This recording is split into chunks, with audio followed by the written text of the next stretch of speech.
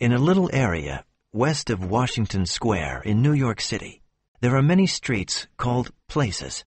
Artists soon discovered these places and began living there. They liked the cheap rents and the old attics. This area became a colony of artists, and it was called Greenwich Village. Sue and Johnsy had their studio at the top of a brick building. Johnsy was Joanna's nickname, and she was from California. Sue was from Maine. They met at an eating place and became best friends. In May, they opened an artist's studio together. In November, a cold, invisible stranger came to the colony. Doctors called him pneumonia.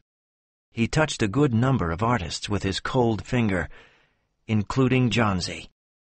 Poor Johnsy. She was a thin little woman, and she lay quietly in her bed. She looked outside the window at the brick wall of the house in front of her. One morning, a busy doctor examined Johnsy and measured her temperature. Then, he went into the hall and talked to Sue.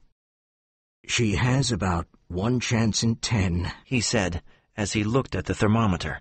"She must want to live. Your friend doesn't want to get well.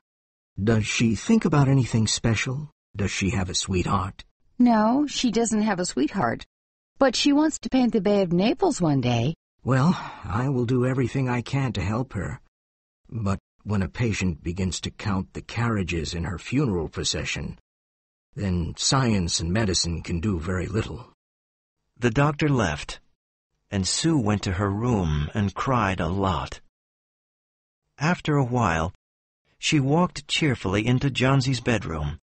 She had her drawing paper and pencils in her hand. Johnsy lay in bed and did not move. She's probably sleeping, Sue thought, and she began to draw a picture. She drew an Idaho cowboy with elegant riding trousers. It was an illustration for a magazine story. Young artists often draw illustrations for magazine stories to make some money. Suddenly, she heard a strange sound and went to Johnsy's bed. Her eyes were open now. She was looking out of the window and counting. 12, she said, and then 11, 10, 9, and then 8, 7. Sue looked out of the window too. What was Johnsy counting? There was only the brick wall of a building with an old ivy vine on it. It was autumn, and only a few leaves remained on the ivy vine. "What is it, dear?" asked Sue. 6, whispered Johnsy. They're falling faster now. 3 days ago, there were almost 100. There goes another one. There are only 5 now. 5 what, dear? asked Sue. Leaves on the ivy vine. When the last leaf falls, I must go too. Didn't the doctor tell you? Oh, what nonsense, said Sue. Don't be silly.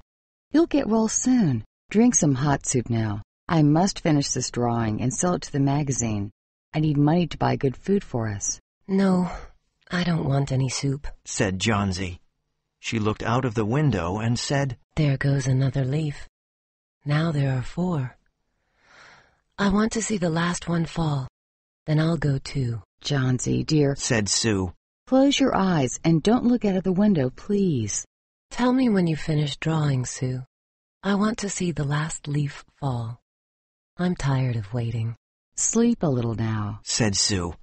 I must go and call Berman. I need a model for my drawing. I'll be back in a minute. Old Berman was a painter. He lived downstairs in the same building, and he liked Sue and Joanna. He was about 60 years old, had a long white beard, and drank too much. Old Berman was not a good or successful artist. Sue found him in his dark little room. In one corner of the room, there was an old white canvas with nothing on it. Johnsy is very ill with pneumonia. She doesn't want to get better. She has some strange ideas and wants to die when the last leaf on the ivy vine falls. I'm scared and I don't know what to do.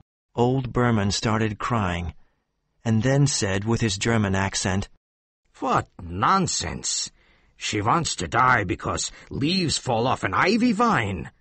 What foolishness! Poor little Miss Chauncey." Sue was sad and silent. Then she looked at Berman and said, I need a model for one of my drawings. Can you come upstairs? "Well, all right.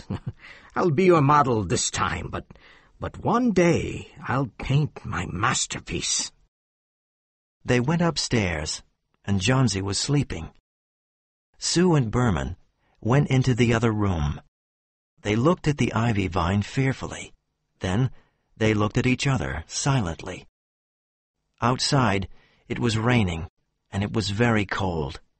Berman sat down, and Sue began drawing. When Johnsy woke up the next morning, she said, Please pull the curtain, Sue. Sue pulled the curtain, and they both looked out of the window. After the wind and rain of the night, there was still one ivy leaf on the brick wall. It was the last one on the vine. The leaf was green and yellow. It is the last one, said Johnsy. It did not fall during the night. It will fall today, and I will die at the same time. Oh, dear, dear, said Sue. Think of me. What will I do? But Johnsy did not answer. Her thoughts were far away. The day passed, and the last ivy leaf was still on the ivy vine. Then it started raining again, and it was very windy. The next morning, Johnsy looked for the last ivy leaf. It was still on the vine. She looked at it for a long time. Then she called Sue. I was a bad girl, Sue, said Johnsy. That last leaf showed me that I was bad. I wanted to die, and that was very wrong. Please bring me some soup now, and some milk, too. No, first bring me a small mirror. An hour later, she said, Sue, one day I will paint the Bay of Naples. The doctor came in the afternoon, and Sue spoke to him in the hall. Now she has 5 chances in 10. She must eat well and rest, and she'll get better. And now I must see another patient downstairs. I think his name is Berman, and he's an artist. He has pneumonia, too. He is an old, weak man, and there is no hope for him. He must go to the hospital today. He will be more comfortable there. The next day, the doctor came again. Johnsy is out of danger. Good food and good care. That's all, he said to Sue. And that afternoon, Sue sat on Johnsy's bed and said, I must tell you something, Johnsy. Mr. Berman died of pneumonia today in the hospital. The janitor found him a few days ago in his room. He was very ill. His shoes and clothes were wet and very cold. The janitor found a lantern, a ladder, some paintbrushes, and some green and yellow paints. Look out of the window, dear, at the last ivy leaf on the vine. It never moved when it was windy. Ah, Johnsy, it's Berman's masterpiece. He painted it on the wall the night the last leaf fell.